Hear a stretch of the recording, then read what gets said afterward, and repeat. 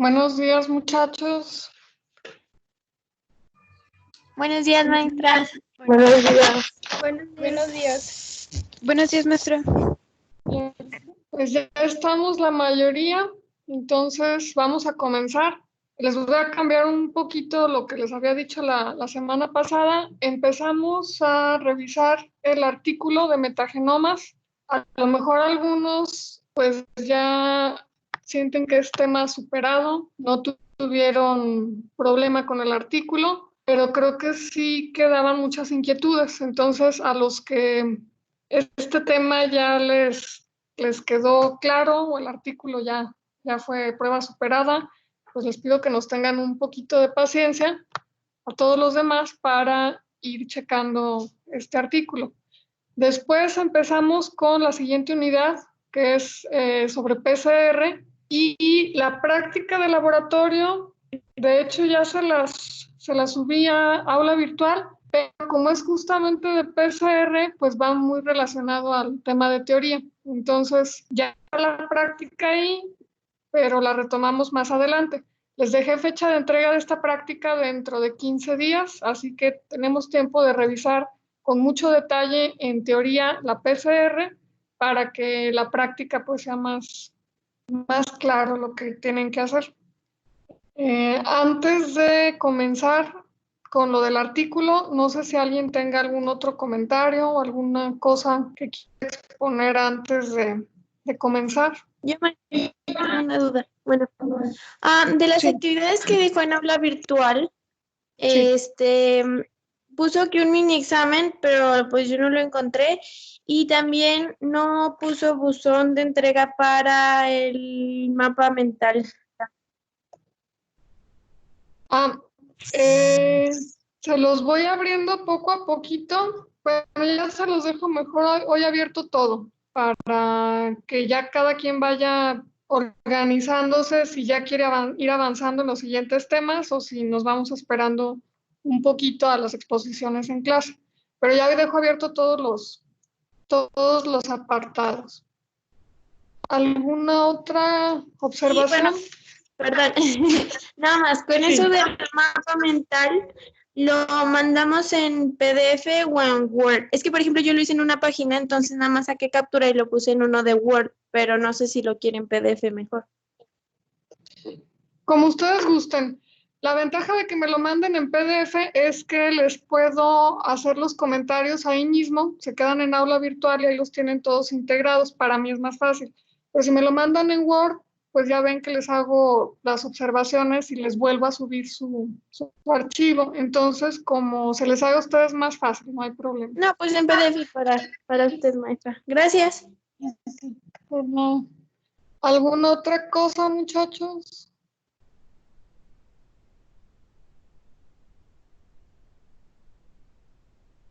Bueno.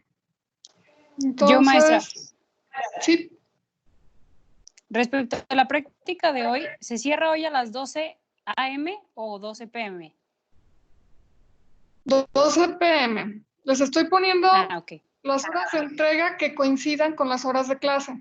Nada más que, bueno, eso porque nos lo pidieron de la jefatura de departamento. Pero pueden entregarlo a la hora que sea. Ya para las prácticas de laboratorio no voy a bajar puntos porque creo que en este grupo es en el que menos problemas tienen, pero en otros pues hay alumnos que no se pueden meter a interrogatorios, entonces les está costando trabajo cumplir con fecha. A todos les estoy diciendo que entreguen sus trabajos a tiempo, si se puede, y si por cuestiones técnicas se les dificulta, no se preocupen, entréguenlo en cuanto puedan, no va a haber puntos menos, pero para seguir avanzando y que no se nos vaya cargando el trabajo a nadie, en cuanto puedan, súbanlo. Gracias. Por nada.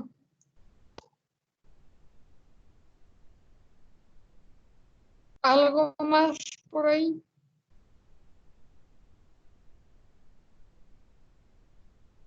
Bueno. Según yo, en la pantalla están viendo el artículo. Sí, maestra. Ok.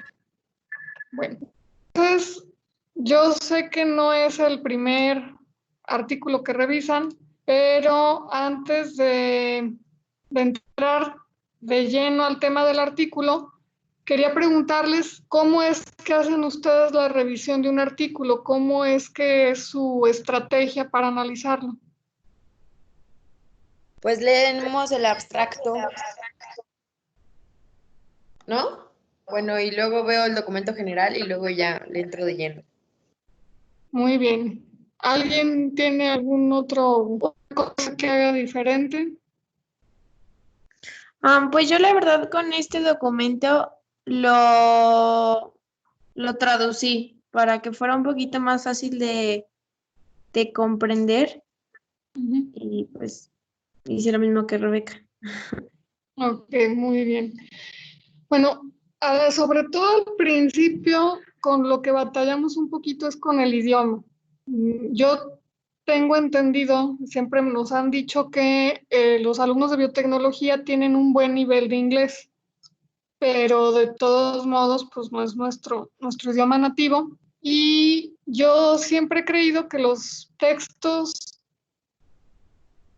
científicos, los textos pues de estas áreas son más fáciles de leer que otras cosas porque son muchos tecnicismos que se parecen mucho o son incluso los mismos en inglés y en español. Pero siempre al principio vamos a batallar con esos mismos tecnicismos en lo que nos vamos familiarizando. Eh, pero ustedes bien lo saben, en estas áreas de muy rápido avance, pues la ciencia se hace en inglés. Es raro que nos encontremos artículos muy relevantes y pues muy actuales, incluso libros que estén en español. Entonces, sí nos tenemos que acostumbrar a estar analizando estas cosas en inglés. Y pues lo único que les puedo decir es que conforme ustedes avancen, si es que todavía tienen por ahí pendientes algunos niveles de inglés, conforme avancen en eso, se les van obviamente a ir facilitando la lectura de textos en inglés, pero también, aunque ya tengan cubierto todo lo que les pide la universidad en cuanto al nivel de inglés, se les va a ir haciendo más fácil conforme vayan familiarizándose cada vez más con estos artículos. Entonces, pues sé que a veces los metemos en aprietos y los hacemos sufrir, pero a la larga esto es lo que les va a facilitar mucho estar analizando este tipo de textos. Bueno, lo siguiente que comentan es que obviamente lo primero que leen es el abstract.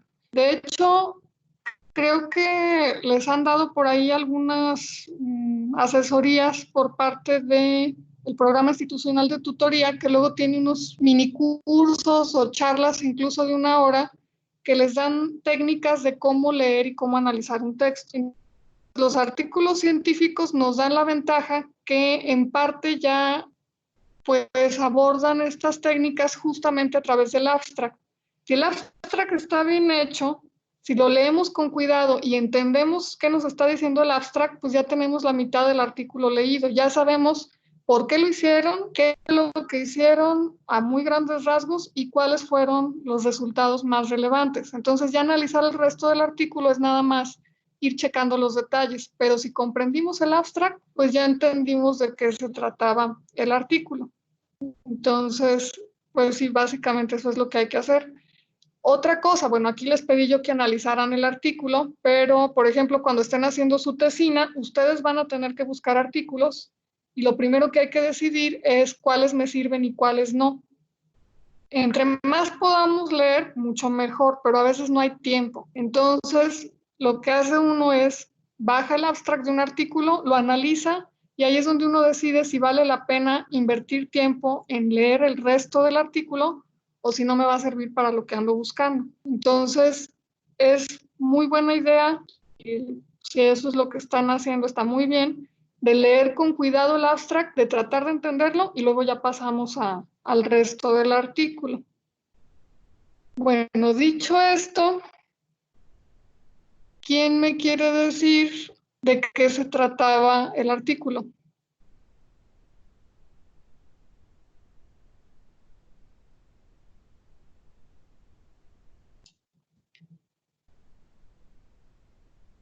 ¿Quién dijo yo? Les voy preguntando.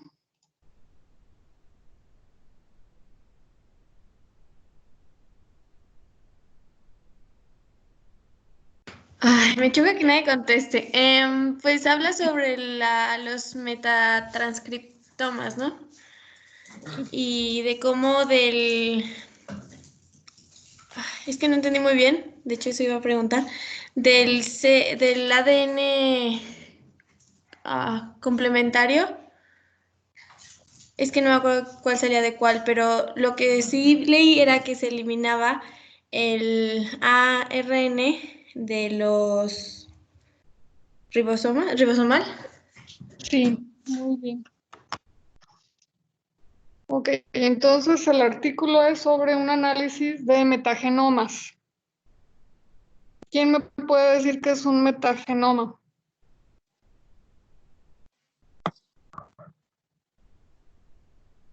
Bueno, según yo, es la obtención de material genético de muestras ambientales, o sea, que es como algo que no se puede hacer en un cultivo, o sea, que es de varias especies. Sí, correcto. En el artículo no lo menciona, pero ya que la otra vez sí lo platicamos, son mezclas de microorganismos, por ejemplo, que se encuentran en el agua o que se encuentran en el suelo. También hay otros metagenomas que se obtienen de la biota de un animal, por ejemplo, podría ser de la biota que se encuentra en el intestino de un humano. Entonces son mezclas complejas de bacterias que, como dice Jessica, son difíciles de cultivar in vitro y se hace un análisis conjunto. Ahora, ¿qué metagenoma fue el que analizaron en el artículo? ¿De bacterias? Sí, ¿de cuáles bacterias? ¿De qué origen?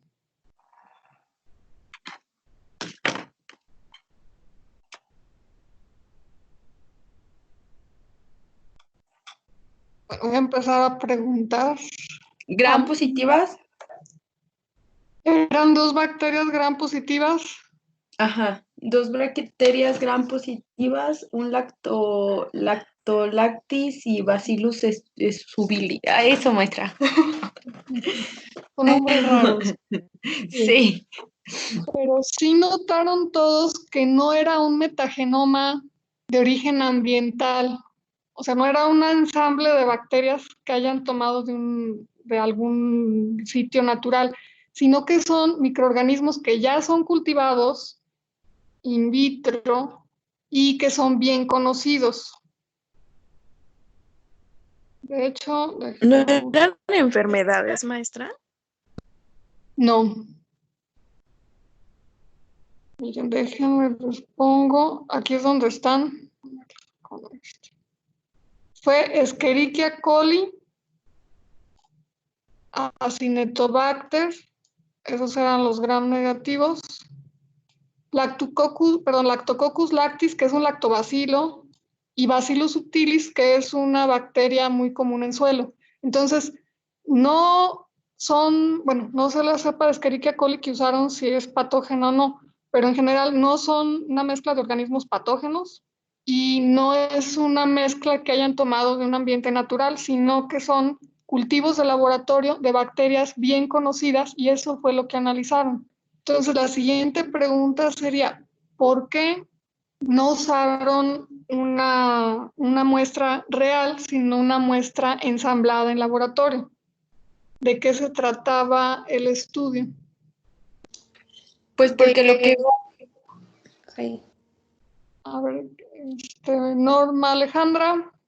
De realizar la biblioteca genómica, pero estaban buscando como cuál método era el más adecuado pues para realizarla de esas bacterias. Exactamente. ¿Y qué métodos probaron?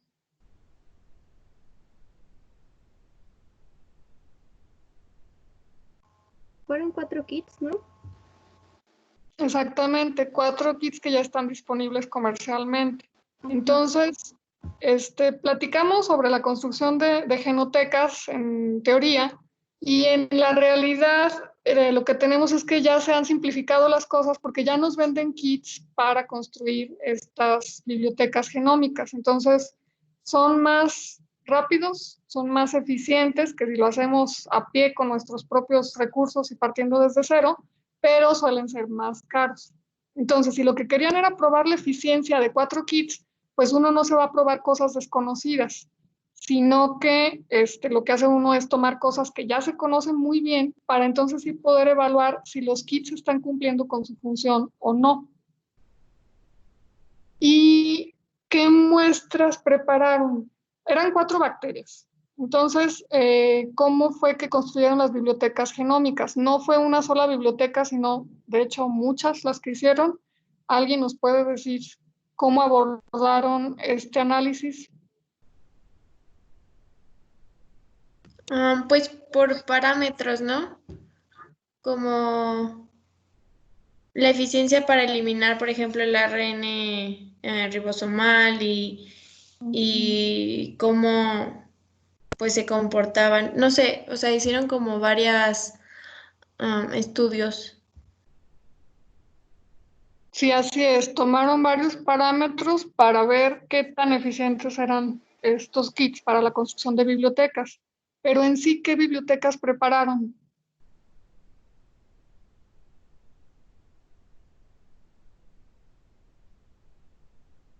Si se fijan en el artículo,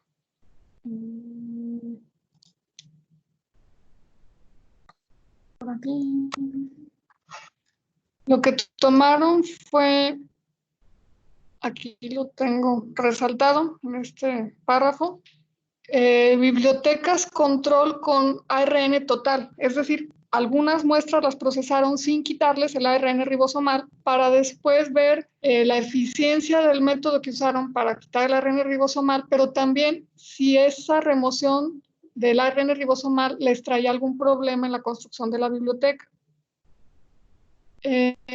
También hicieron las mismas bibliotecas sin el ARN ribosomal y luego ensamblaron bibliotecas con los 4 microorganismos mezclados y también hicieron bibliotecas con los 4 microorganismos de manera individual. Esto para ver si había, sobre todo para ver la eficiencia de que la biblioteca representara equitativamente a los genomas de todos los microorganismos que estaban estudiando. Bueno.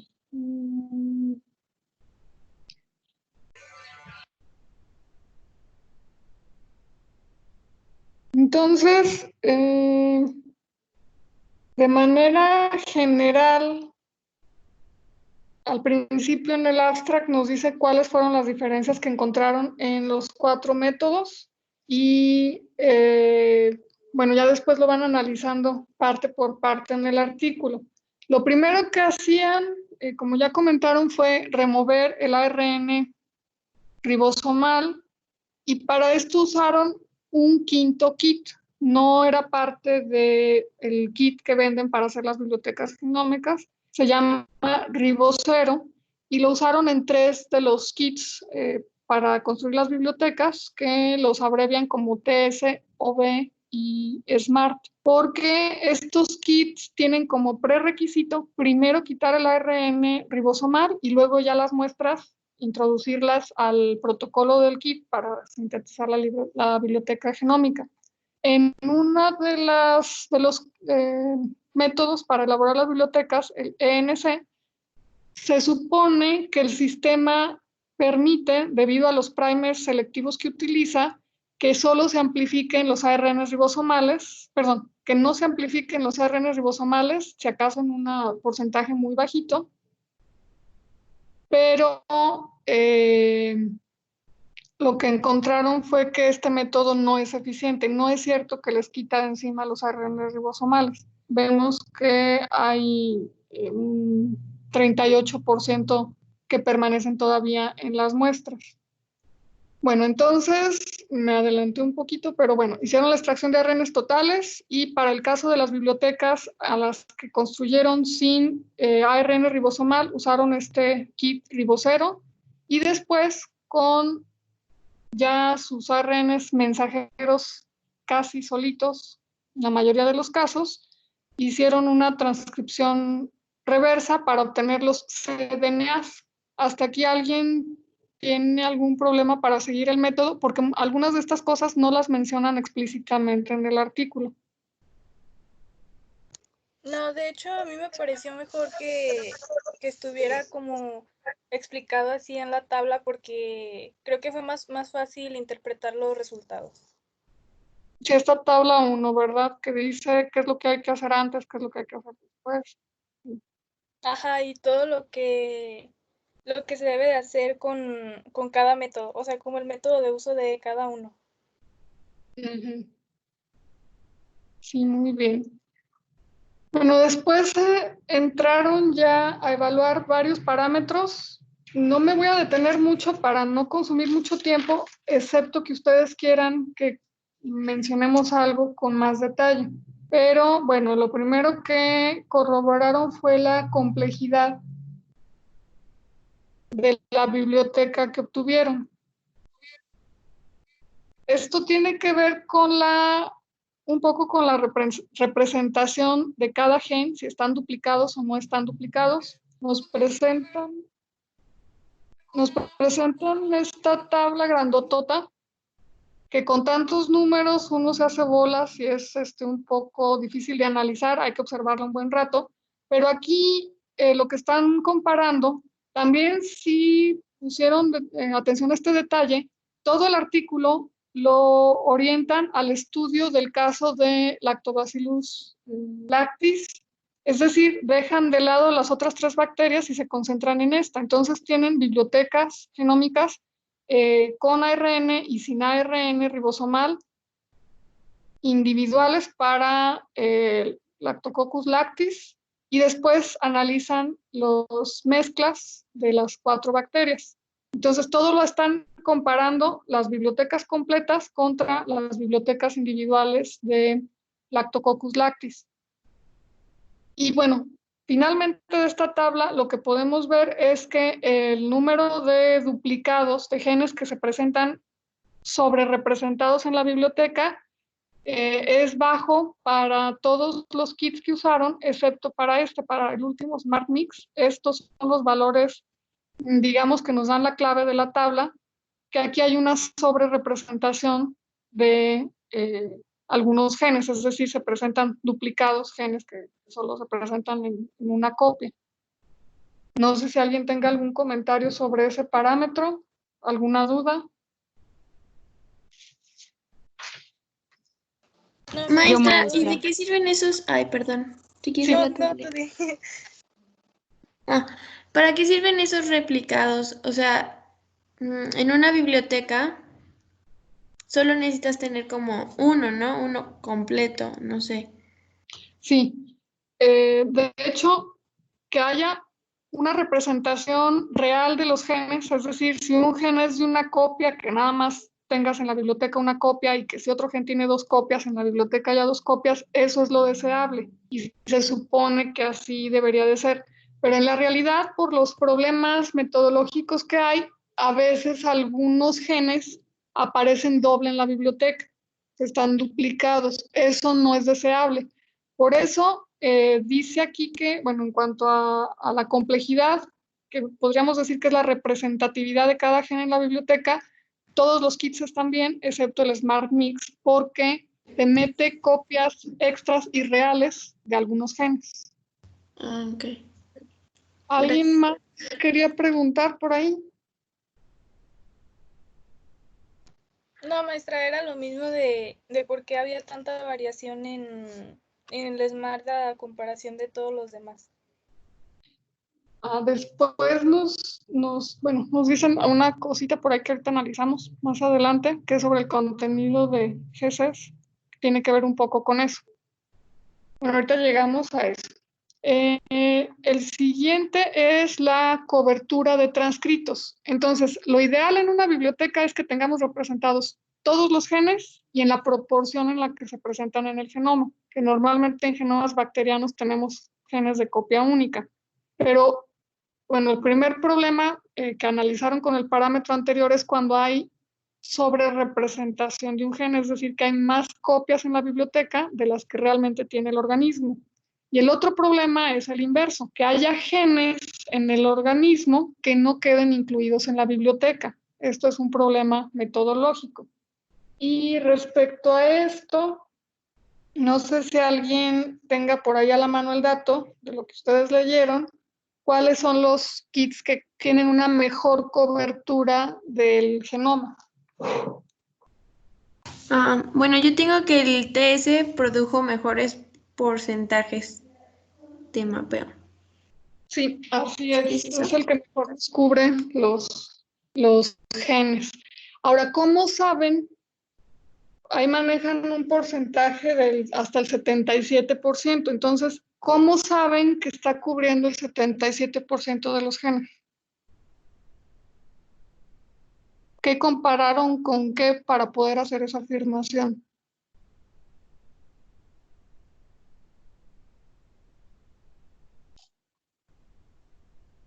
Bueno, no sé si sea eso, pero yo puse que evaluaron la uniformidad de la cobertura de un kit, que es el CDS, para cada método, porque por el L.lactis extraído, pero no sé si sea eso.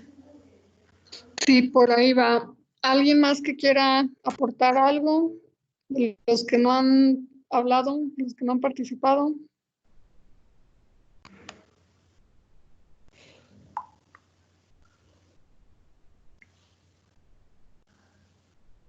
Acuérdense que tenían primero bibliotecas solo de lactobacillus y las compararon con las bibliotecas con todo el montón de genomas. Y por otra parte están trabajando con un microorganismo que ya se conoce muy bien. Lactobacillus lactis ya está totalmente secuenciado, ya saben cuántos genes tiene. Entonces con eso, con los parámetros que comenta Cindy, ya pueden decir, sí, este kit pesca el 77% de los genes de Lactobacillus lactis, que para un organismo de este tipo no es bueno, pero pensando en metagenomas, ya acercándose al 80% ya es, 70-80% ya es muy buena cobertura. Bueno, enseguida, un poquito menos eficientes fueron los otros dos, OV y SMART, y el que les quedó a deber fue el ENC, que tiene una cobertura muy baja, es decir, deja fuera demasiados genes, no representa completamente el genoma de la especie. Después vieron la evaluación del sesgo del metatranscriptoma. No sé si alguien quiera comentar a qué se refiere ese término, cómo lo entendieron ustedes.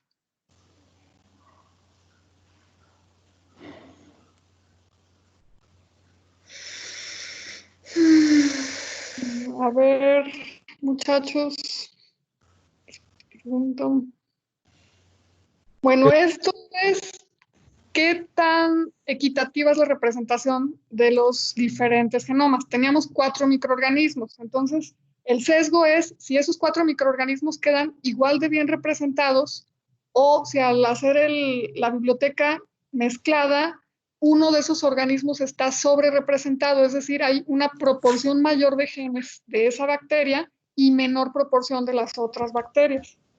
En este sentido, TS, SMART y ENC no presentan sesgo, es decir, representan igual a las 4 bacterias, y OB sí tiene un sesgo. Y con lo que encontraron es que tiende a sobrerepresentar regiones ricas en GC, en guaninas y citosinas. No sé si tengan algún comentario o alguna pregunta respecto a esto.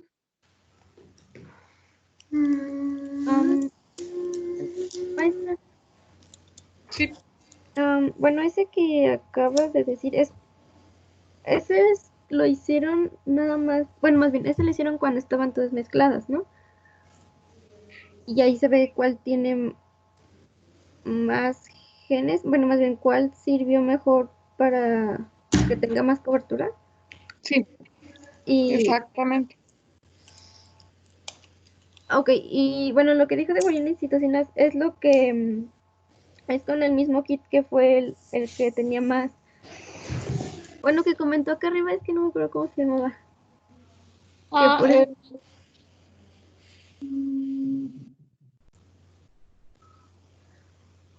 no, no fue el mismo kit el que dio los mismos problemas.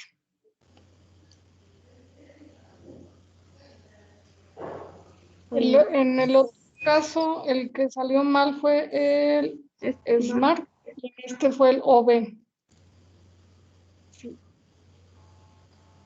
Bueno, pero no, sí, no, ya. Sí. Ok. Al-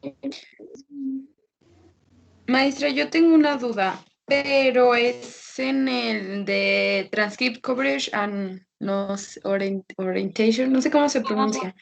sí, 1, 2. En el tercer párrafo dice Reds Mapping. ¿A qué se refiere esa palabra? Es que cerca en el tercer párrafo, en el renglón 1, 2, 3, 4. Bueno, De hecho, sí. Dime. pues le voy a decir que está muy cerca de la flechita. Y aquí ando por aquí. Bueno, están analizando genomas bacterianos que no tienen intrones y, bueno, casi no tienen intrones, son muy raros y tampoco hay muchas regiones intergénicas. Sin embargo, están hablando aquí de presencia de regiones intergénicas. Bueno, dice aquí que, bueno, tú estás preguntando sobre el mapeo de lecturas. No construyen como tal con estos procedimientos un mapa del genoma, pero sí hacen una especie de mapeo, es decir, no ubican cada gen en su sitio, pero sí tienen una representación total de los genes, más o menos a eso se refiere. Esto de la lectura de mapeo es ver cuáles genes son los que tienen en la biblioteca. Y con esto detectan las secuencias codificantes, que en el artículo se refieren a ellas como CDS, y las regiones intergénicas, que sí esperaba yo que les brincara esto, porque se supone que en bacterias prácticamente no tenemos regiones intergénicas.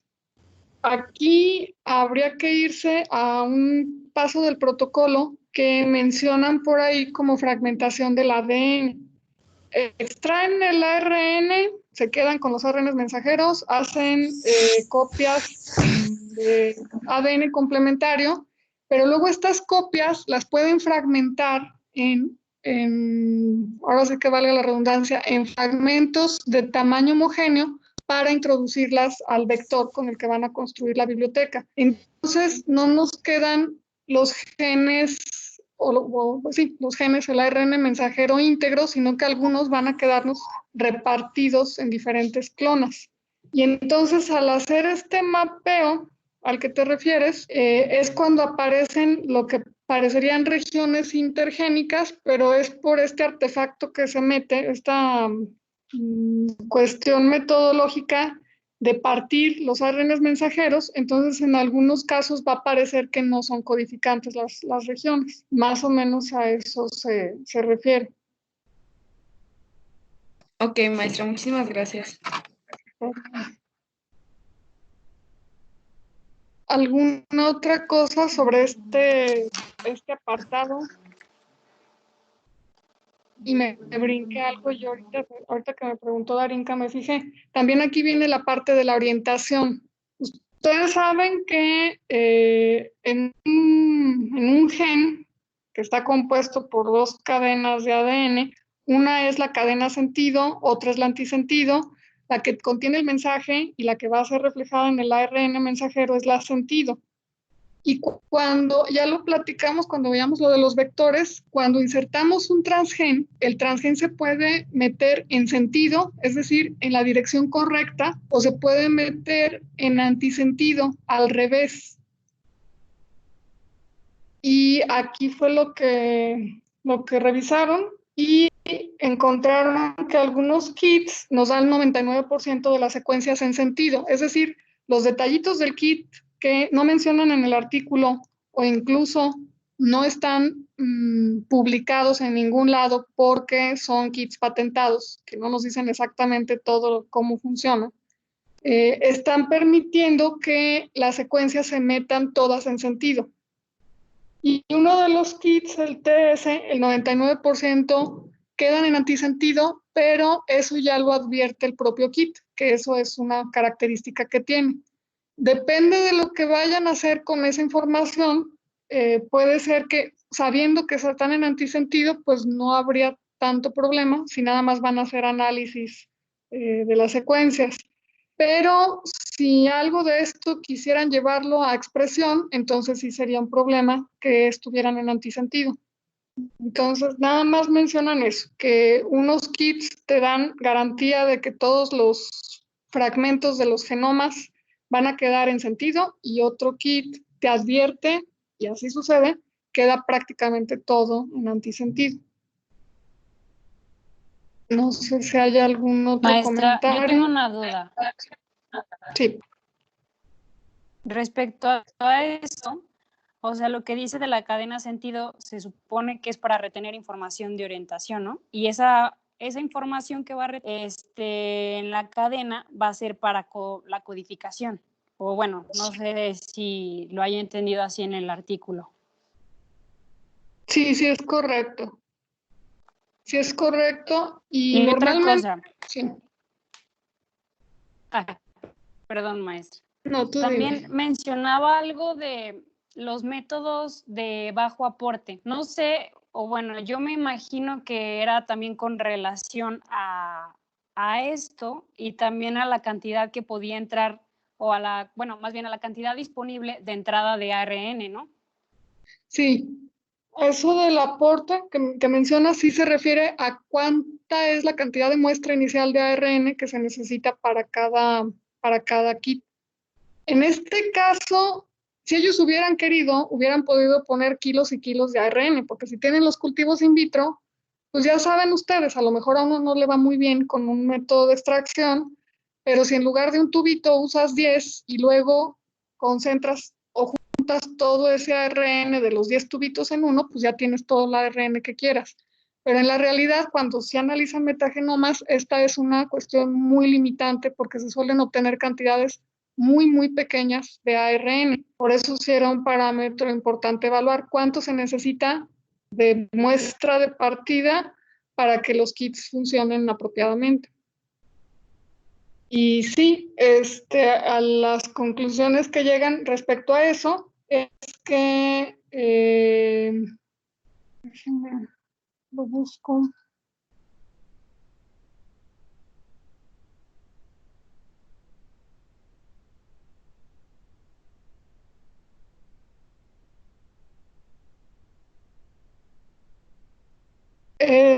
El TS es el que no nos sirve si hay muy poco ARN. Entonces, aunque en algunos parámetros salga muy bien, si se está trabajando con muestras muy pequeñitas, no hay manera, o sea, este kit no sirve.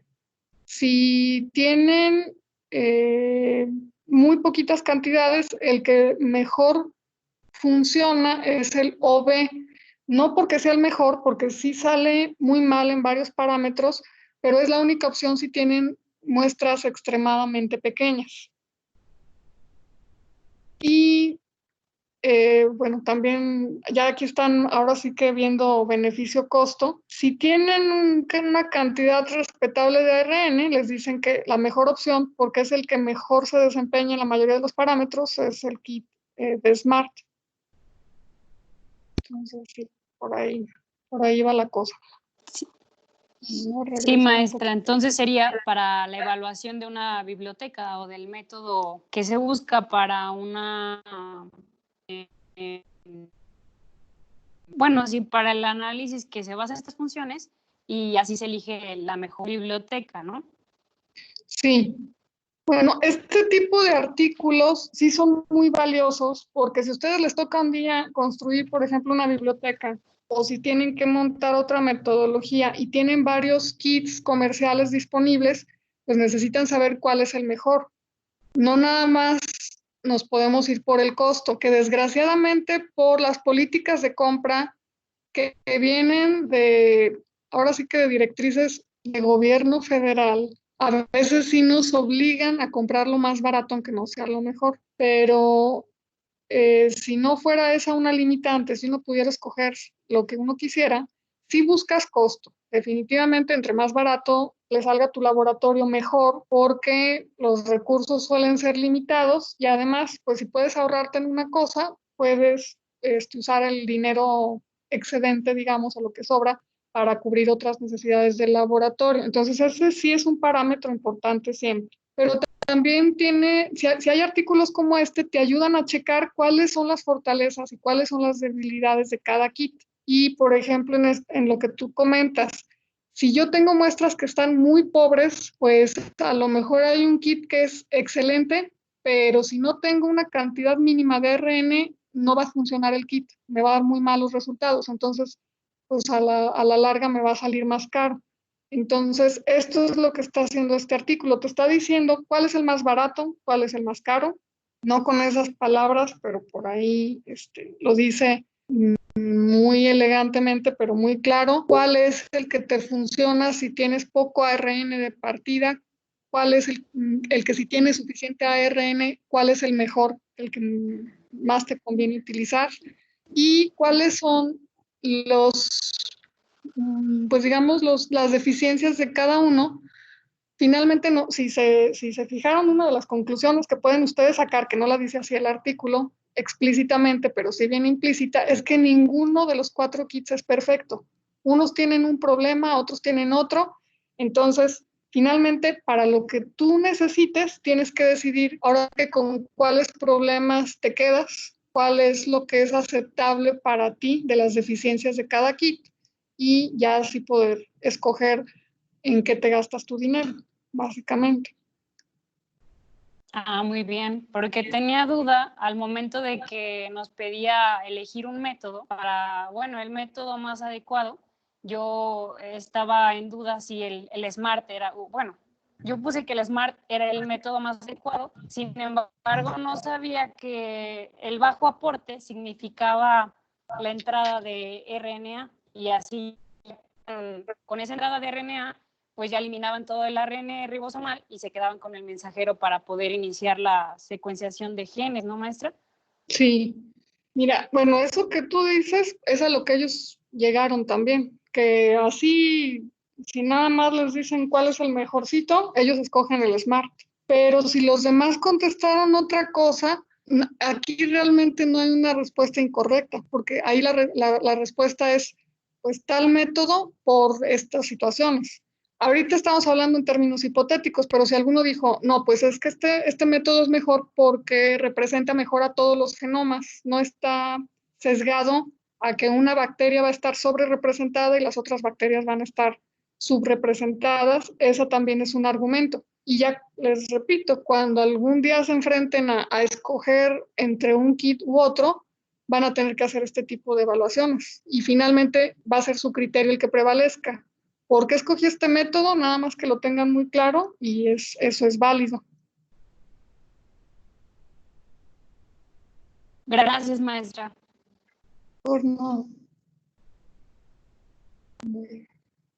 Me voy ahora sí mencionando rápido lo que nos falta. También evaluaron la reproductibilidad. Ya nos pasó a nosotros como grupo con la práctica de extracción de plásmidos. Siendo la misma muestra de bacterias y siendo procesadas 2 muestras por las mismas personas en cada equipo, los resultados no fueron iguales. Entonces, aún utilizando kits que están altamente estandarizados y aunque hagan todo al pie de la letra, no se equivoquen en nada, usen bien las micropipetas, etcétera, siempre va a haber pues estos problemitas por el mismo kit, por los pequeños errores humanos de los que nadie estamos exentos. Pues a lo mejor si nos dicen que midamos 1 microlitro y se nos van 1.2 microlitros, pues ya hemos platicado que en biología molecular eso es mucho en cuestión de volumen. Entonces, estas pequeñas cositas son las que van a incidir en que los resultados no sean exactamente iguales. Sin embargo, A eso es a lo que le tiramos cuando estamos haciendo ciencia, a que todo sea reproducible, a que si uno de ustedes hace un método y otro de sus compañeros lo hace, los resultados sean muy, muy similares. Entonces, hay cosas que no se pueden evitar, pero aquí también están evaluando eso y lo que vieron es que casi todos los métodos tienen una alta reproductibilidad. Esto lo hicieron por duplicado, compararon las bibliotecas entre su par y vieron que la reproductibilidad es bastante buena, excepto con el método ENC. Después vieron el nivel de expresión genética, es decir, cuáles genes de los que están incluidos en la biblioteca son expresados, son finalmente utilizados para tener esta proteína, porque una cosa es que estén presentes en la biblioteca y otra que puedan ser transcritos y traducidos. Y al que le fue también otra vez muy mal fue al ENC. Este tiene el nivel de expresión genética más bajo, es decir, aparte de otros asuntos, los genes que quedan incluidos en la biblioteca son los que en menor proporción se expresan comparándolos con los otros kits.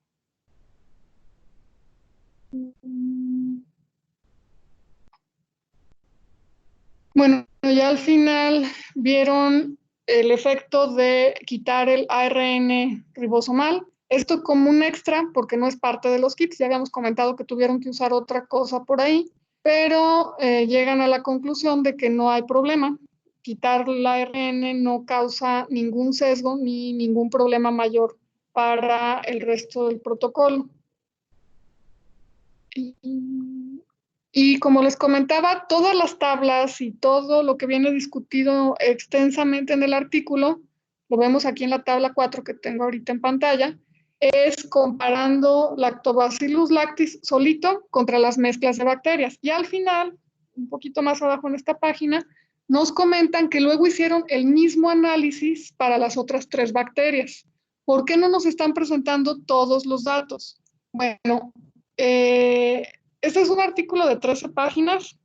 Para publicar una cuestión importante es que los artículos sean muy concisos. El espacio es, pues ahora sí que crucial y a veces pueden mandar un muy buen manuscrito a una revista y se los pueden regresar porque es demasiado largo. Por esa razón, hacen el análisis exhaustivo para una sola bacteria y luego nada más mencionan, lo hicimos para las otras 3 y los resultados finalmente fueron similares. Muestran algunos detallitos, pero esencialmente lo que dicen fue el mismo caso para los otros 3 microorganismos que analizamos. Eso puramente por cuestiones de espacio en las revistas. Y bueno, finalmente las discusiones ya retoman todo esto que hemos platicado, nada más lo subrayé. Remover el ARN ribosomal nos trae los resultados. La reproducibilidad es alta, excepto para el ENC. Y lo que ya habíamos platicado, ya analizando como que cuál es el mejor, y entonces empiezan a hacer estas mutaciones, pues. Está bastante bien, pero si tenemos poco RN no va a servir. En el ENC es el que tiene el costo más alto por muestra, debido a la ineficiencia de la remoción de los ARN ribosomales. Entonces, no están solo calculando costos netos, cuánto cuesta el kit, sino también otros problemas en costos que les genera. Por la cuestión de estos ARN ribosomales que no se remueven eficientemente, esto aumenta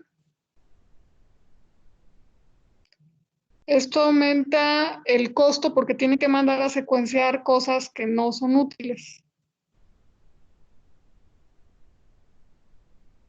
Que si tienen poco ARN, lo mejor es el sistema OV. Y que SMART, que era lo que comentábamos hace rato con Fernanda, es lo mejor, o sea, haciendo la comparación costos, beneficios, deficiencias del método y ventajas, ellos consideran que es el que mejor se porta en la mayoría de las situaciones. Y bueno, Básicamente eso es lo que dice el artículo. Y este artículo tiene una cosa muy curiosa, y es que los métodos están hasta el final. No sé si lo vieron por ahí. Sí, maestra, de hecho, a ver, yo tengo una duda de eso de los métodos. Ujú. Bueno, es que no recuerdo la verdad bien en cuál método fue, pero decían algo así de las lecturas emparejadas. Y eso es cuando ya comparan, por ejemplo, el del lactobacillus, solo así, con el que está todo mezclado, o como... Eh, Creo que sí es a lo que te refieres. Si es de hacer comparaciones entre una una sola especie de bacteria contra la mezcla. Ok, Aunque en otras partes, sí. bueno, que En sí es... parte del artículo hay otro término similar, pero habría que ver cómo está escrito en inglés sobre esto de las lecturas pareadas. Bueno, en un sentido es hacer comparaciones entre pares, como estás comentando tú. En otro sentido, tiene que ver con analizar cuántas copias de un solo gen quedan incluidas en la biblioteca. Entonces, no sé exactamente en cuál parte de metodología está lo que tú dices, pero puede ser una o la otra situación, dependiendo de si están hablando de las especies completas de bacterias o si se están refiriendo a los genes individuales. Ok, y... Ok, y por ejemplo, es, bueno, diferente pongo a lo de eficiencia de alineación. Es que algo así también mencionaban, bueno, pero creo que ese ya es otra cosa, es un parámetro de los que tomaron, creo. Sí, lo que pasa es que, bueno, mencionan algunas cosas de antes de la metodología y en metodología lo explican con más detalle. Nada más te están diciendo, pues probamos a ver la eficiencia en la expresión, la eficiencia en la cobertura de transcritos y por ahí mencionarán suelto cómo lo hicieron. Entonces, lo que tuvieron que hacer en algunos casos fueron PCRs ya de la biblioteca genómica para analizar justamente número de copias de genes y este tipo de cosas.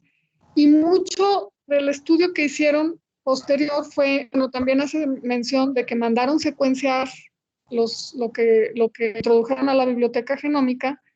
Y esto de los alineamientos es que compararon las secuencias que ellos mandaron secuenciar. Ahora sí que la secuenciación in vitro física, estos resultados los compararon con bases de datos que ya están, ahora bases de datos virtuales que están disponibles en varios sitios web. Y eso de los alineamientos lo van a ver ustedes con todo detalle en bioinformática. Les van a enseñar a hacer alineamientos, les van a decir dónde están las bases de datos en las que si tú obtienes un gen y lo mandas a secuenciar, esa secuencia lo que haces es compararla con secuencias que ya están publicadas y que ya son conocidas para que puedas obtener información a partir de ella. Entonces a eso se refiere lo de el alineamiento de secuencias. Ok. Ok, sí, gracias.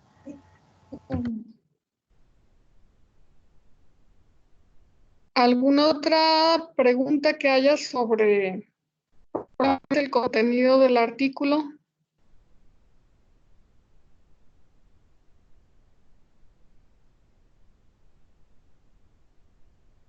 Yo, maestra, tengo una pregunta. Sí. Espérame, déjame recuerdo cuál era la pregunta. Espérame. Ya. Había un parámetro que decía patrones de expresión génica.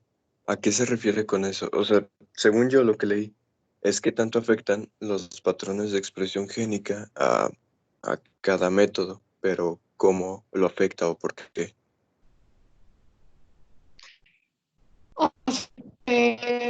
¿Cómo afecta el método que usaron para construir la biblioteca genómica en los patrones?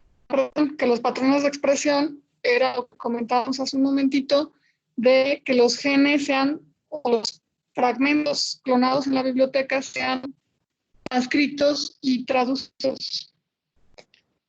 Entonces,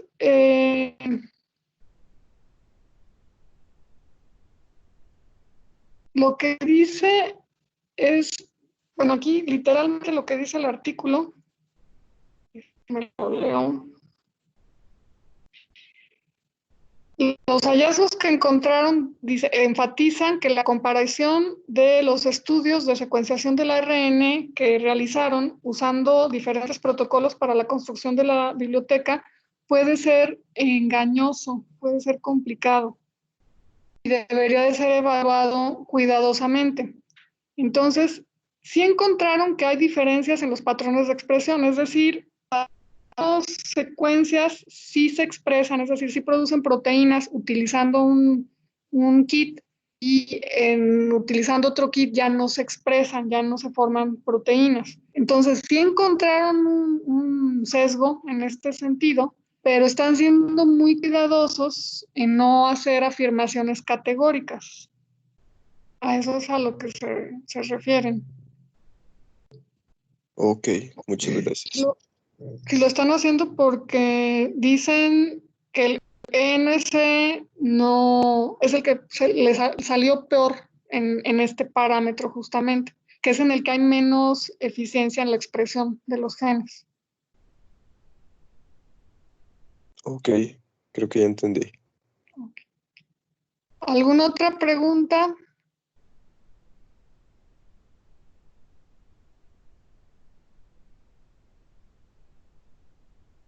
Bueno, yo sí les tengo un par de preguntas. La primera es, ¿qué tan difícil se les hizo analizar este artículo? En sí el artículo como tal no, más, bueno, yo batallo algo con el inglés, entonces fue como lo que se me hizo más complicado de tener que traducir el documento y así, pero en sí el artículo a mí se me hace que está pues bien explicado. Muy bien. ¿Alguna otra opinión? Pues a mí sí, bueno, no se me complicó la parte de inglés, pero se me complicaba la parte de buscar las palabras que son como específicas de la materia, ¿no? O sea, tantos tecnicismos me hicieron más lenta, me hicieron más lento el análisis. Para poder como entenderlo, pues tenía que buscar y me detenía mucho y perdía mucho tiempo. Sí, Pero pues supongo que es normal, ¿no? Con la práctica se quita eso. Y otro problema que a la hora de tratar de escribir el texto, o sea, como de escribir una síntesis personal, pues no sé, las palabras ya en español ya no me las sabía. Nada más las ponía en inglés así como venían y pues ni tenía que estar investigando la traducción al español, entonces, qué flojera. Sí, bueno, estas son dos cosas que lo que comentas que pasa mucho. Yo leyendo este artículo tuve que hacer lo mismo que tú. O sea, algunas cosas, algunos términos que usan, o a veces algunas abreviaciones que usan, no las conoce uno, no está familiarizado. Entonces yo también tuve que ponerme a buscar algunas cositas que eran para poder entenderle. Entonces sí, conforme más vas leyendo, más términos vas conociendo, pero siempre te vas a topar con alguna cosita por ahí que no conoces.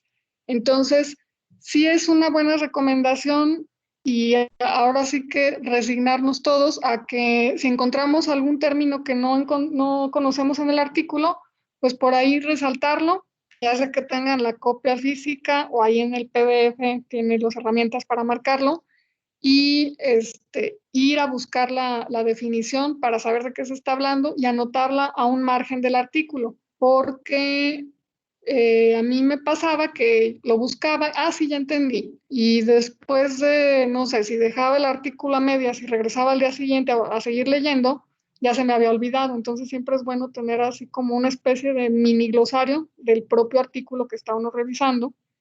Y lo otro, con el idioma, hay palabras en inglés que uno, por el contexto, ves qué significan y te quedan, pero que es difícil traducir al español. Hay términos que son muy latosos. Por ejemplo, ese de depletion, se oye tan bonito en inglés y queda tan claro lo que significa que, pues Pero sí, a la ¿cómo hora lo de pones en español no hay una palabra para decir, ¿no? O exactamente, sea, hay como unas que yo lo palabras, explique también.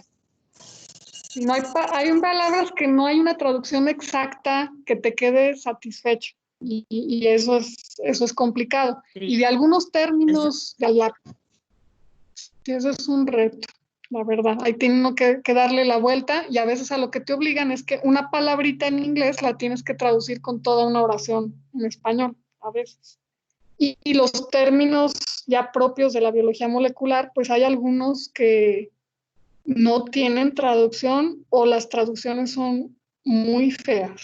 Entonces, pues bueno, a veces la opción es de plano dejarlos así como están en inglés. Pero sí, tienes razón, esos dos son ahora sí que el pan de todos los días. Eso va a estar pasando cuando estén leyendo artículos en inglés.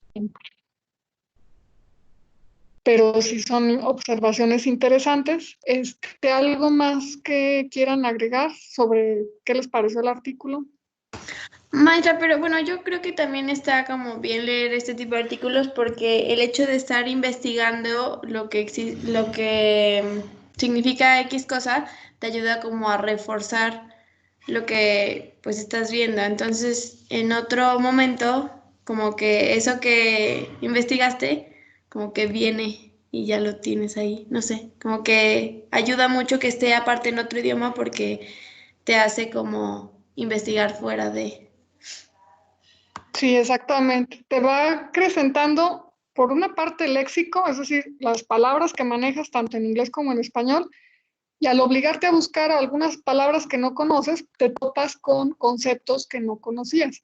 Y pues como pudieron ver en este artículo, hay muchas cosas que no las podemos o no se consideran pues a la hora de que estamos dando una clase de teoría. Siempre hay detallitos que no se incluyen por una u otra razón. Entonces, es muy bueno estar leyendo artículos porque sí, te abre mucho las perspectivas en muchos sentidos. Y no sé, bueno, eso en cuanto a complicación, no sé qué les pareció.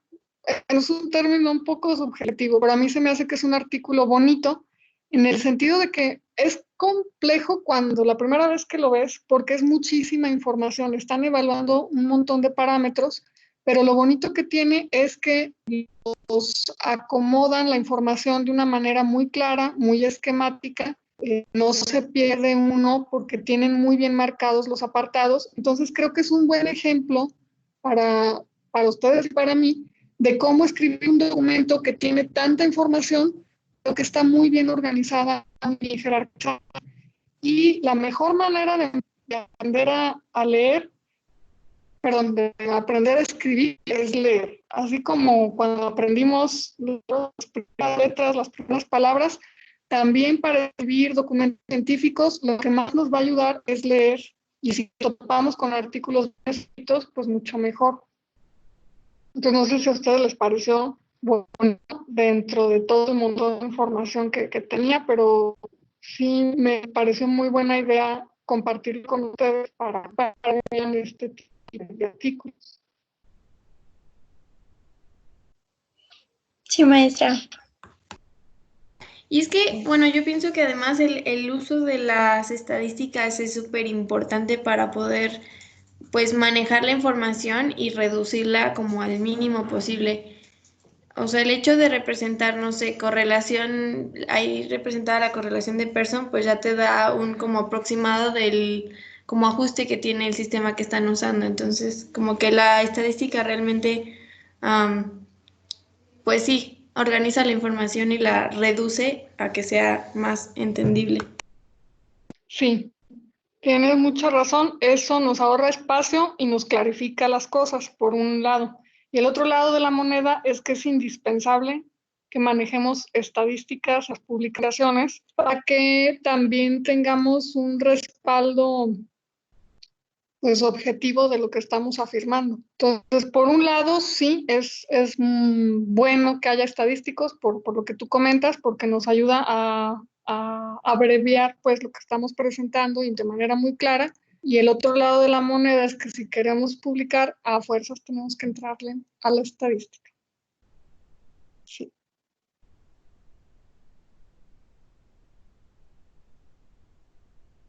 Bueno, si no hay más comentarios sobre el artículo, finalmente, otra intención que ya les había comentado de que revisaran este artículo es porque pues, estamos familiarizados, y eso fue lo que revisamos en clase, en construcción de bibliotecas genómicas de un solo organismo, de una sola especie, y para hacer análisis, pues sí, ya después ir estudiando genes individuales, que finalmente es a lo que desembocan usualmente las bibliotecas genómicas.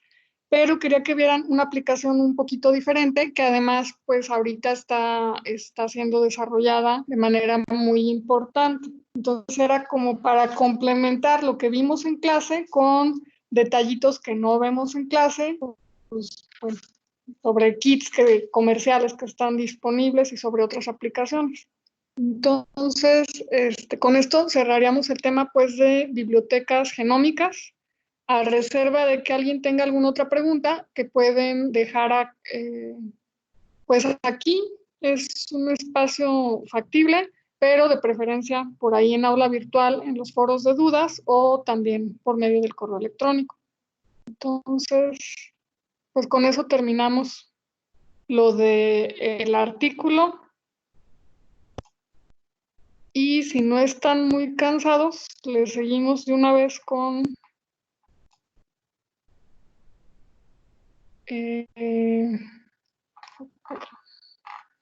ya comenzar la siguiente unidad, que es la reacción en cadena de la polimerasa.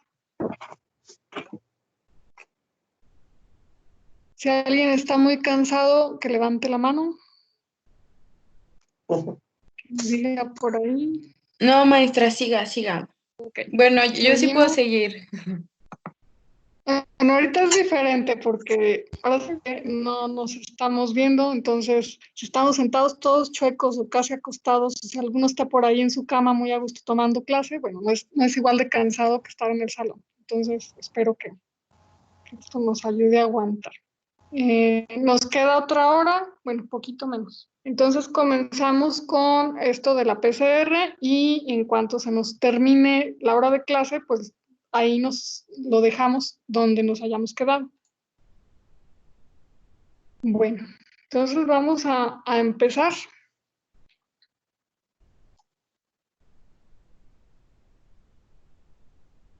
La reacción, bueno, la PCR se denomina así por las siglas en inglés de reacción de polimerización en cadena o reacción en cadena de la polimerasa, algunos también la denominan así.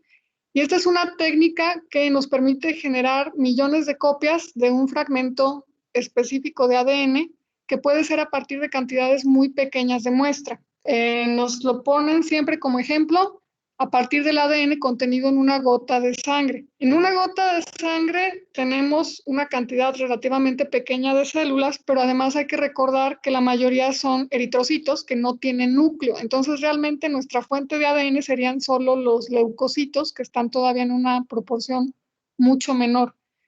Entonces, esto nos da una idea de lo poderosa que es esta técnica, que a partir de unas cuantas células que me van a generar unas cuantas copias de el genoma de un individuo, con eso ya es suficiente para que podamos realizar una PCR.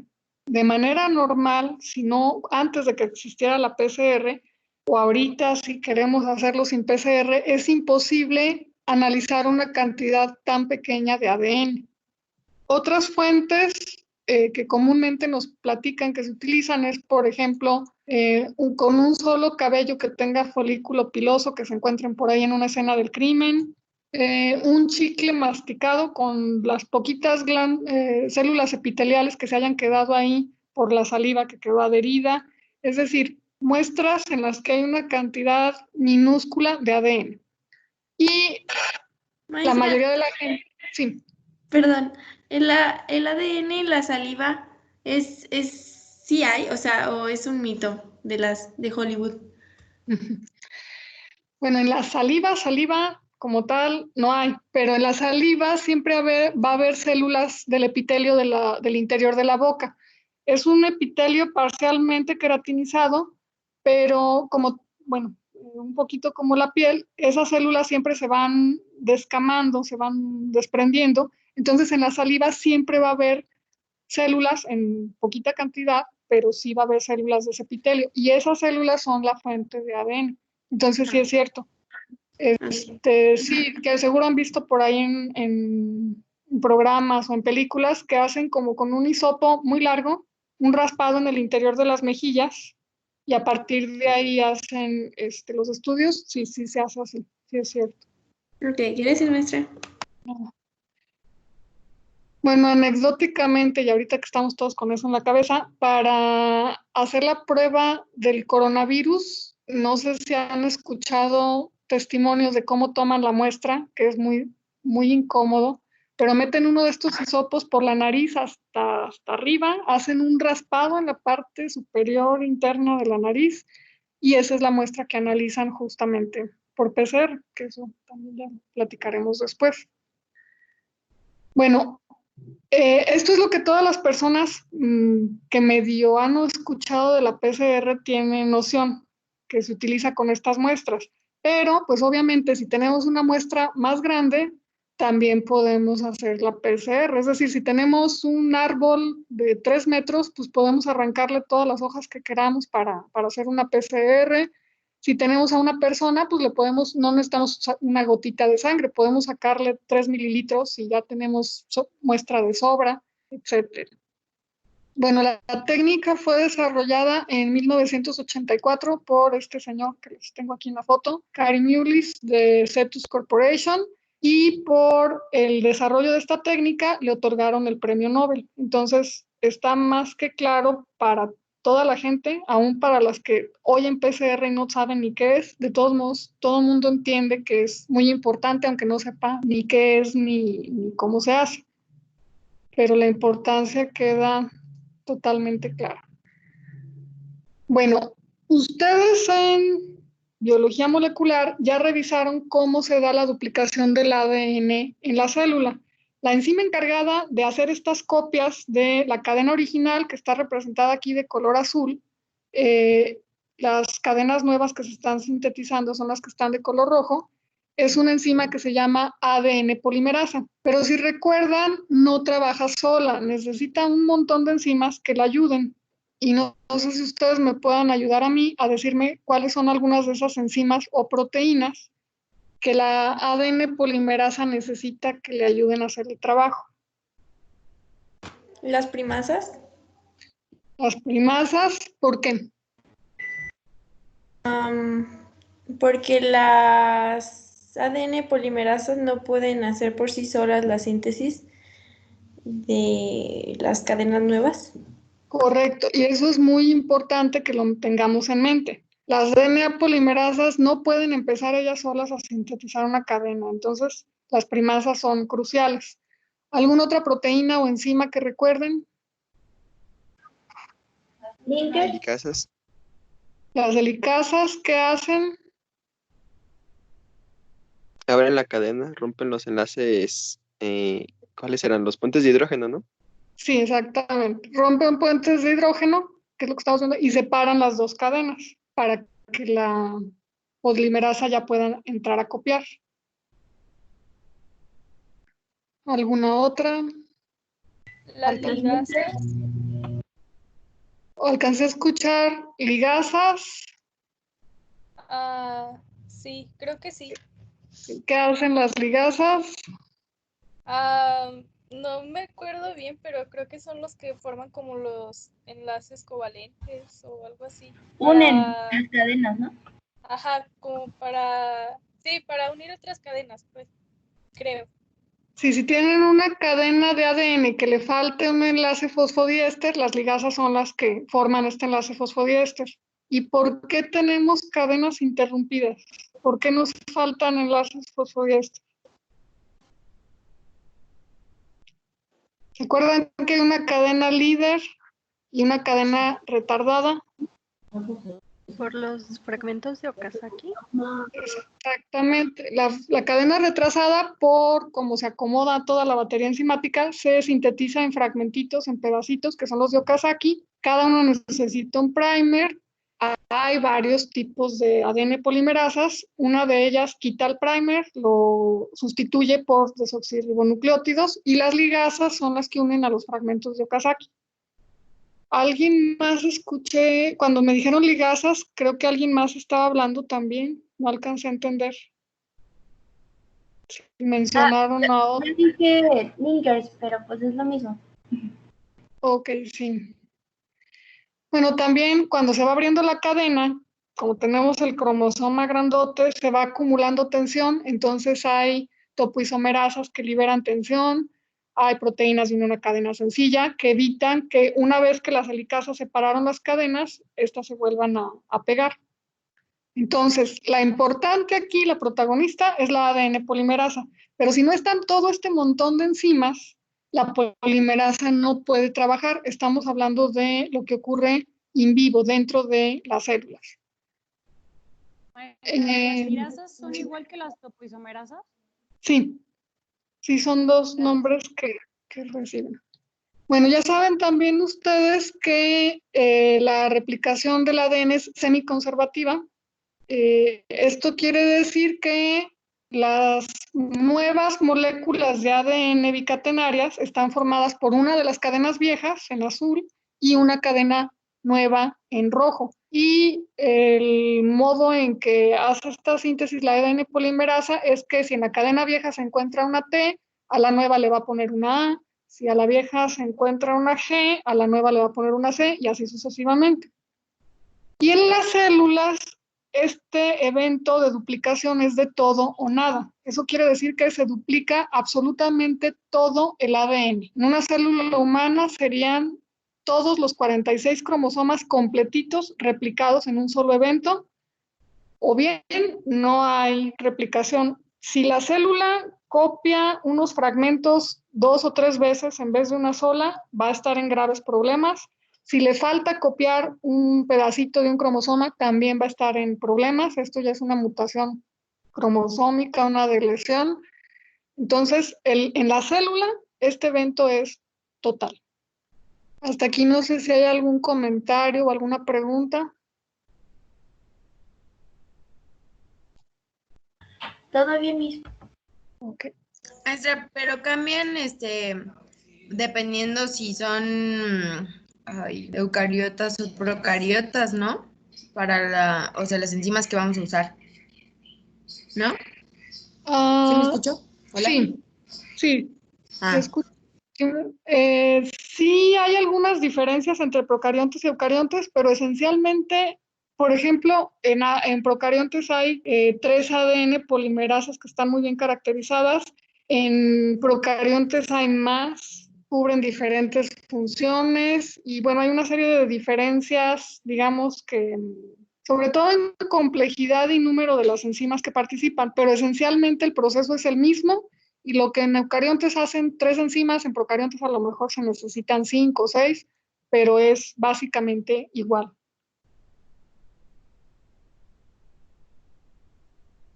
Bueno, otro aspecto fundamental es que, esto ya se lo saben ustedes al derecho y al revés, la duplicación del ADN es en función a la complementariedad de bases, que es lo que ya les platicaba en el esquema anterior.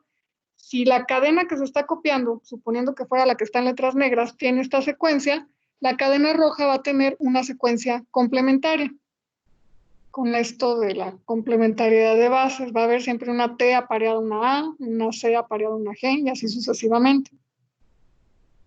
Bueno, esto es lo que por ahí ustedes mismos me platicaban hace ratito, que las polimerasas no pueden iniciar la síntesis de una cadena nueva, solo pueden elongar una cadena preexistente. Y como ustedes mismos ya me comentaron, esto lo resolvió la célula con unas enzimas que se llaman primasas, que estrictamente hablando son ARN polimerasas, porque sintetizan un pedacito de ARN a lo que le conocemos como primers, iniciadores, cebadores o ligos. Pueden usar cualquiera de estos términos, son equivalentes. Yo ya me acostumbré a decirles primers y de repente se me sale y les digo ligos, entonces me estoy refiriendo exactamente a lo mismo. Entonces, estos primers en las células, las primasas son las encargadas de sintetizarlos.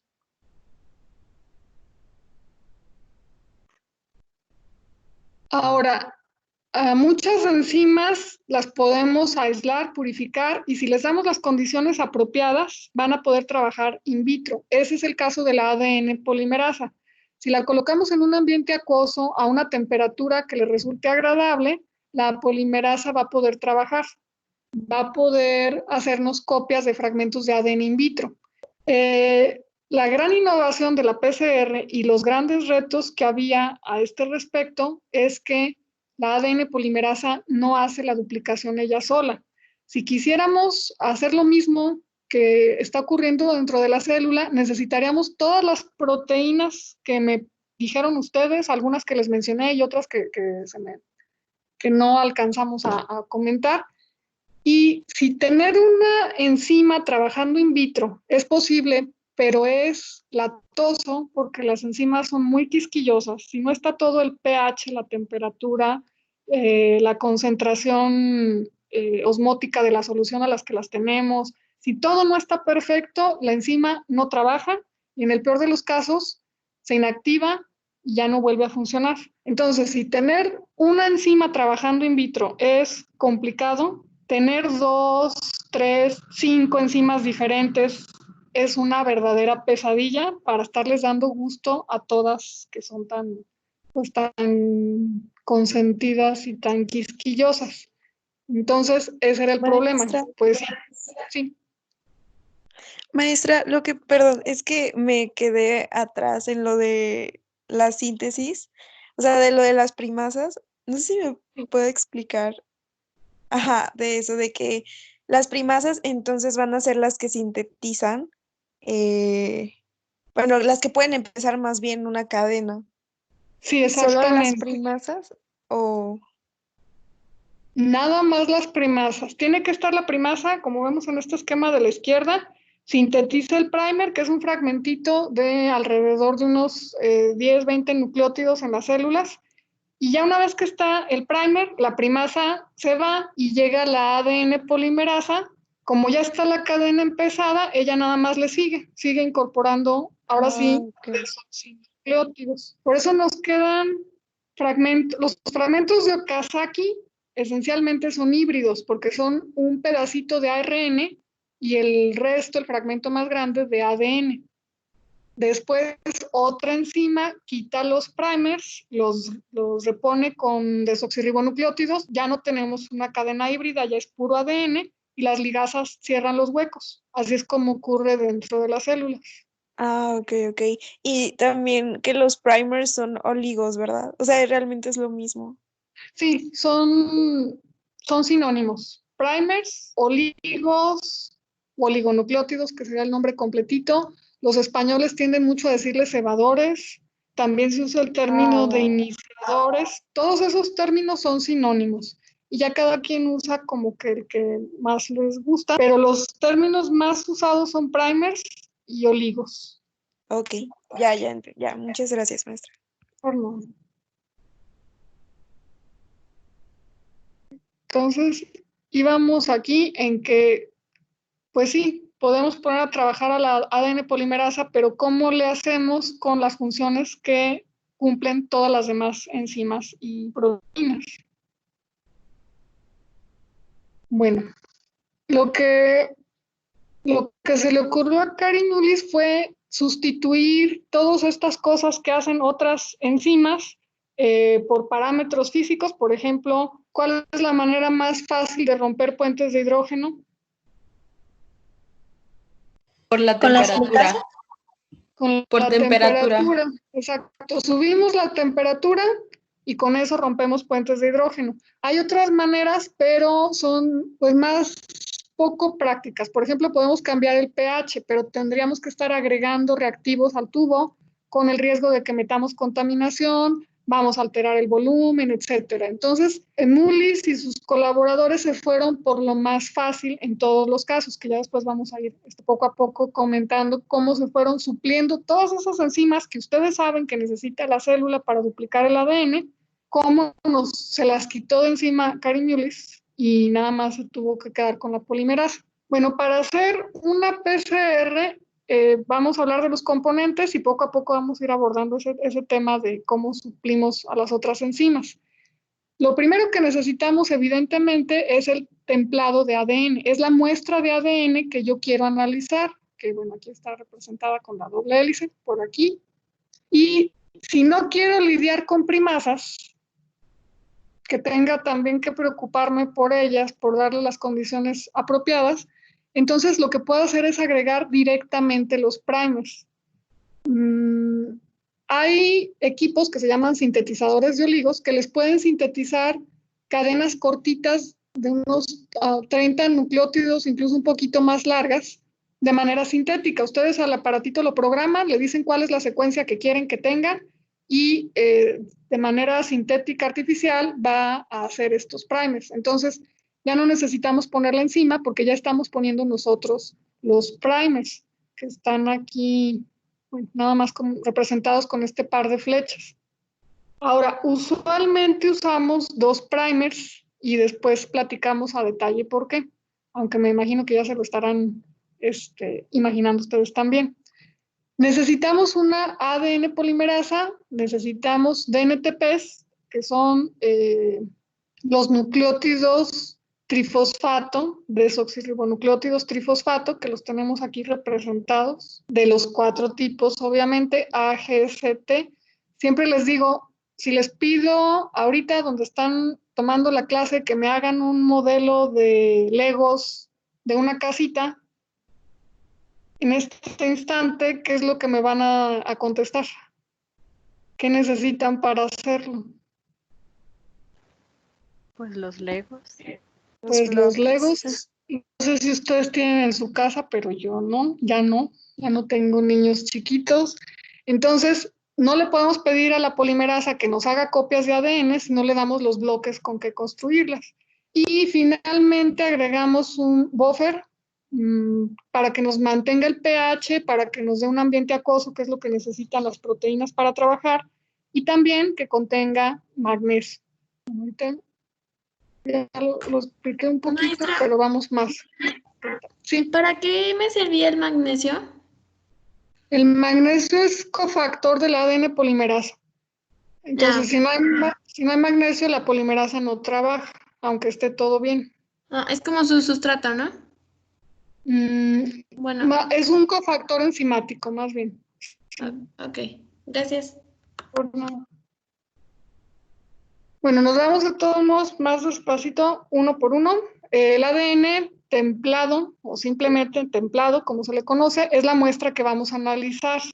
Se puede tomar de cualquier fuente, absolutamente cualquier fuente, de células, animales, vegetales, bacterias, hongos, amibas, lo que se les ocurra, y también de algo que no son células, como ustedes saben, pero que sí tiene ADN o ARN, que son los virus. Ahora, a lo mejor muchas personas que no están familiarizadas con la biología molecular, pues pensarán que es suficiente con agarrar la muestra y meterla al tubito. Ustedes saben que no es el caso. Hay que hacer antes un procedimiento de extracción y de purificación del ADN con la técnica más adecuada para la muestra que estén procesando. Y ya una vez con el ADN purificado, entonces sí podemos hacer la reacción de PCR. Y como ya comentábamos, es suficiente con una cantidad pequeña de ADN.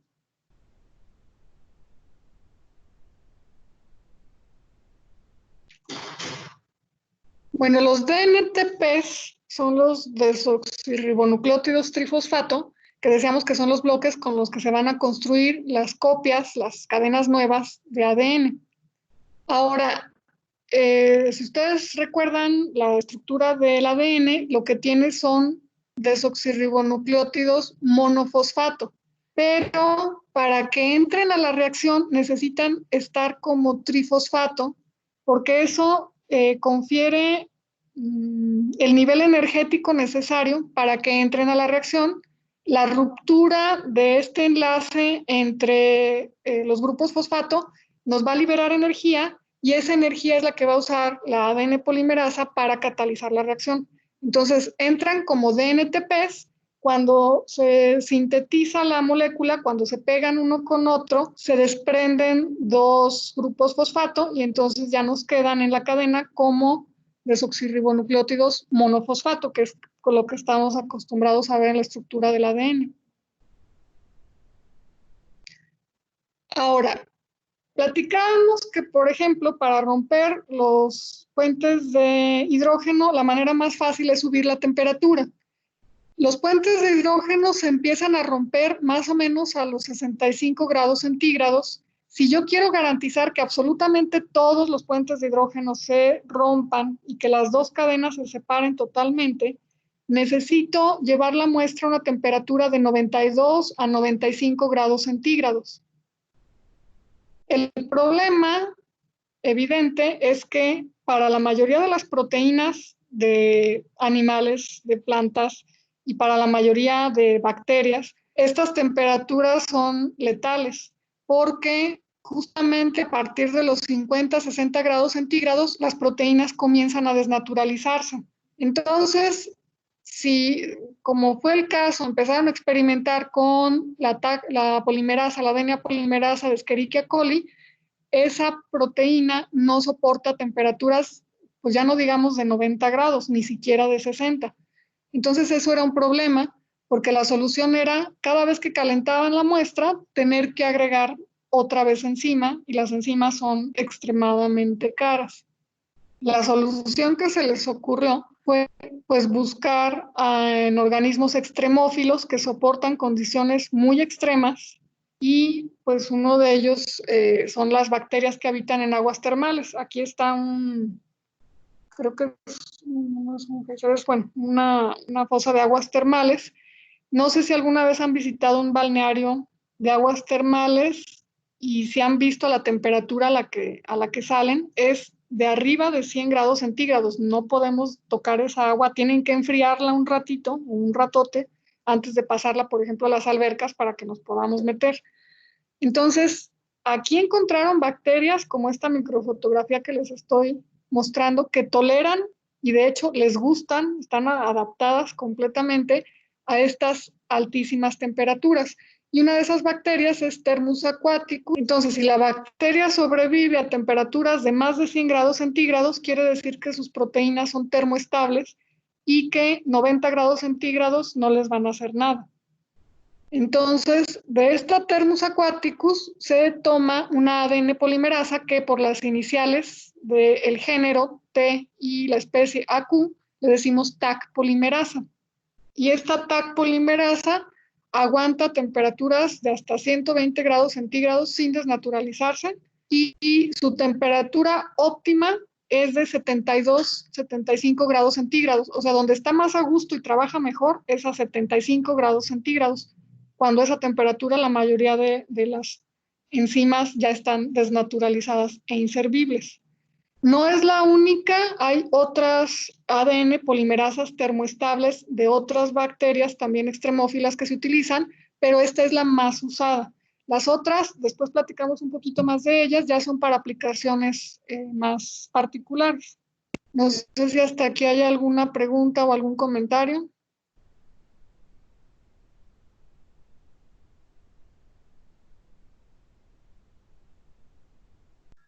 No, maestra, Bueno. todo bien. La Taq polimerasa es muy eficiente y muy aguantadora, pero se equivoca mucho. Dicen que rápido y bien no hay quien, pues la enzima no es la excepción. Se equivoca en la incorporación de un nucleótido por cada 9,000 nucleótidos incorporados, que es una tasa de error relativamente alta.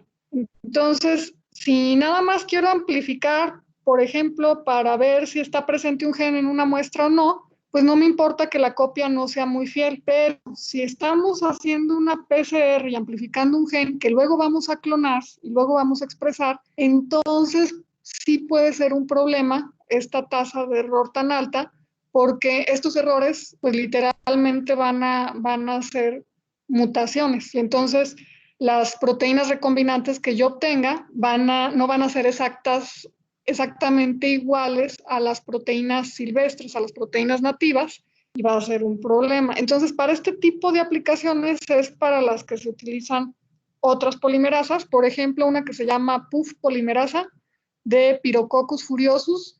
Piros es fuego, y esto ya nos indica que es también una bacteria termófila que soporta altas temperaturas. Y esta es mucho más exacta.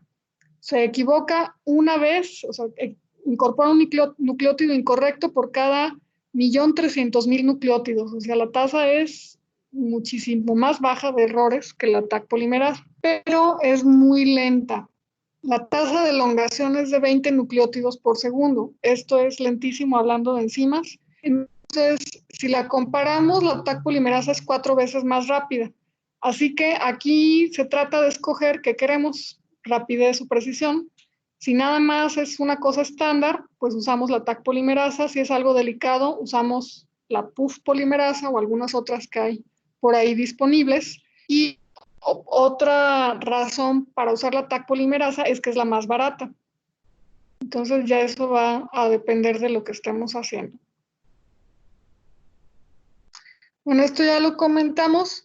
El buffer tiene que ser obviamente una solución acuosa porque las enzimas y todas las proteínas requieren de un medio acuoso para tener su estructura adecuada y en este caso, pues para que las enzimas trabajen. Y necesitamos que tenga magnesio. Bueno, aquí les puse un esquemita de la polimerasa con el sitio donde se une el cofactor, que es el magnesio, que le es indispensable para funcionar.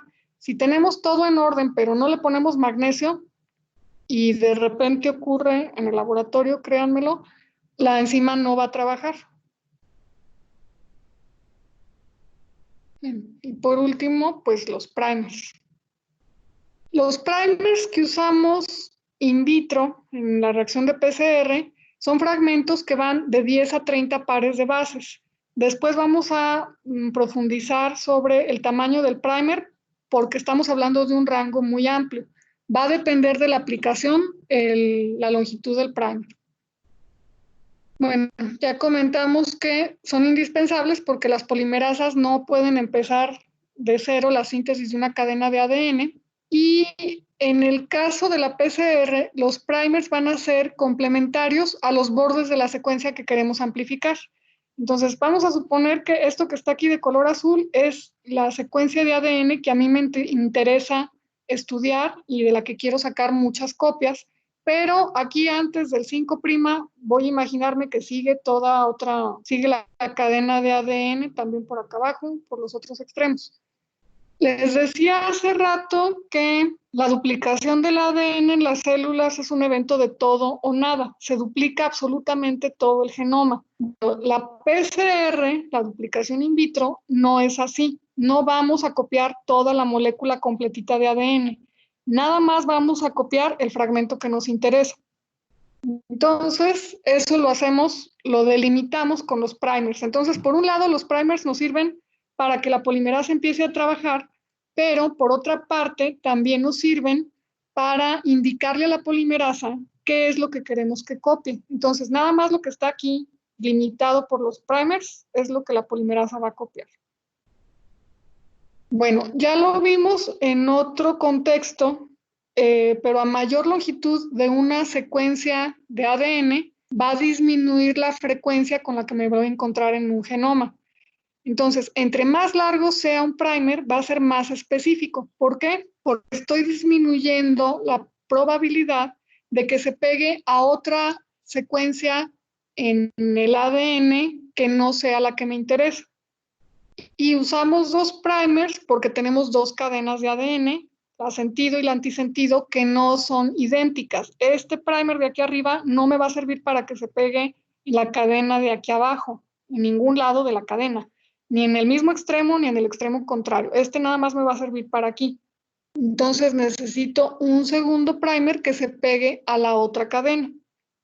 Y también, bueno, el par de primers me sirven para delimitar el fragmento a amplificar.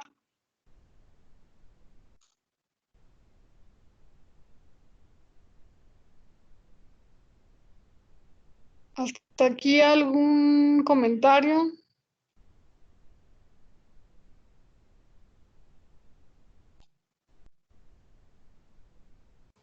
No.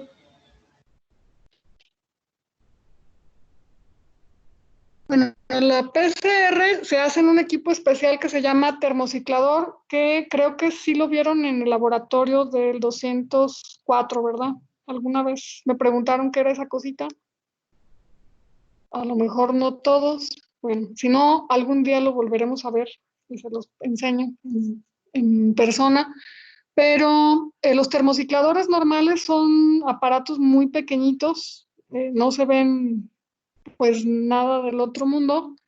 Son caros relativamente porque deben de ser muy precisos. Lo único que hace el termociclador es subir y bajar la temperatura, pero lo tiene que hacer de manera muy rápida y muy precisa. Un baño María, si ustedes lo programan a 50 grados centígrados, va a estar variando, depende de qué tan fino sea, en 2 o 3 grados hacia arriba y hacia abajo. Es decir, si ustedes quieren que esté a 50, va a andar oscilando entre 47, 53 grados, no es muy preciso. Aquí no nos serviría de nada que estuviera fluctuando varios grados centígrados. Estos equipos tienen un error de 0.1, 0.2 grados centígrados. Por eso son tan caros. Y la PCR se hace en ciclos. Se van cambiando las temperaturas para suplir algunas cosas que suceden en la célula mediadas por enzimas, por proteínas. Bueno, ya esto algo lo habíamos comentado. Primero se sube la temperatura a 95 grados centígrados para romper todos los puentes de hidrógeno y garantizar que todo el ADN se separe en las dos cadenas. Después se baja la temperatura entre 50 y 65 grados centígrados para que los primers se alineen, es decir, para que encuentren la secuencia a la que son complementarios y se peguen ahí formando puentes de hidrógeno. Si mantenemos muy alta la temperatura, estos puentes de hidrógeno no se van a poder formar, tenemos que bajarla para permitírselos.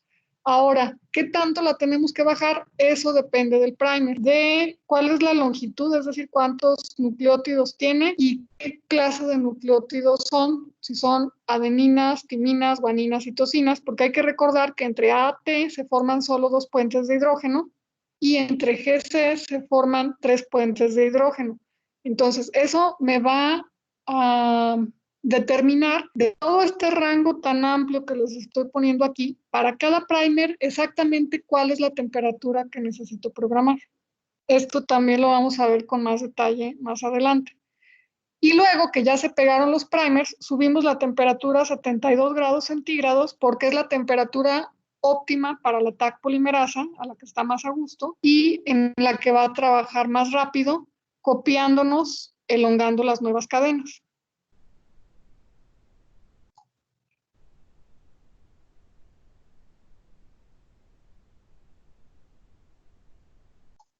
Bueno. No sé si tengan alguna pregunta. Maestra, pero obvio esas temperaturas son como súper teóricas, ¿no? O sea, porque... ¿Mande? ¿Teóricas en qué sentido? O sea, porque ya como... Es que estaba leyendo las otras presentaciones y depende mucho de... O sea, a veces puede ser un poquito más de 65, ¿no? Ah, sí. Este es como el rango estándar, pero a veces para algunas cosas sí se necesitan usar temperaturas más altas o más bajas. A mí alguna vez, bueno, me ha tocado hacer PCRs con temperatura de alineamiento de 40 grados centígrados. Eso ya tiene ciertos bemoles y ciertos riesgos de los que después platicamos. Pero si estas son como las estándar, las más usadas, ahora sí que es el rango donde estás seguro que no pasan cosas raras. Pero si se necesita, sí se pueden usar temperaturas más bajas o un poquito más altas. Sí. Bueno, y eso es en cuanto a temperaturas, pero en cuanto a los ciclos que se deben de dar, si llegara a faltar algún ciclo, o sea, si, no sé, si le faltara un ciclo o si diera un ciclo de más, ¿hay diferencia significativa en el resultado? No mucho. Estas temperaturas, así como las ven, se van dando una y otra vez. Estas tres constituyen un ciclo y normalmente se dan entre 30 y 45 ciclos. Entonces, Si por alguna razón en vez de 45 fueron 44, no hay realmente mucho problema. Ok. Gracias. Luego platicamos por qué puede ser que en lugar de los ciclos que programamos sean menos. Si es 1 o 2 menos, no hay problema. Si son 5 ciclos menos, entonces sí ya estamos en problemas. Ok. Creo que ya estamos sobre tiempo, entonces ahorita nada más si tienen preguntas sobre lo que ya vimos.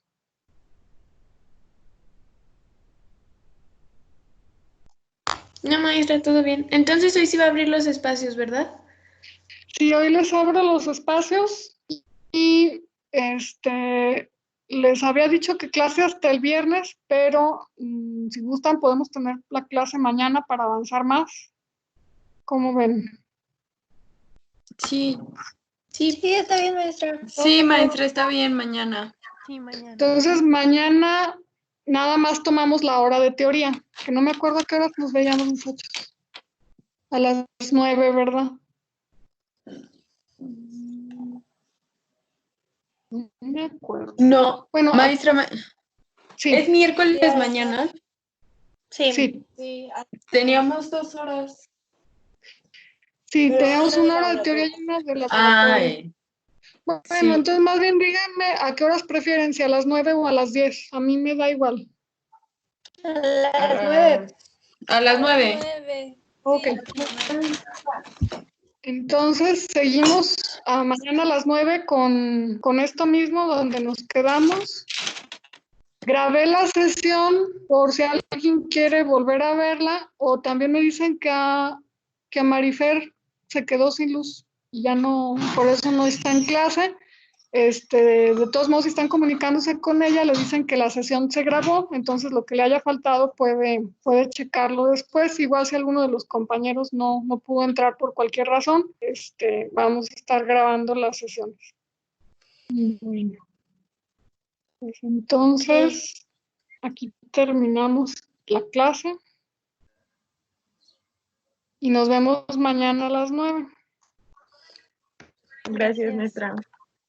Gracias, maestra. Gracias, maestra. Gracias. Por nada, nos vemos mañana.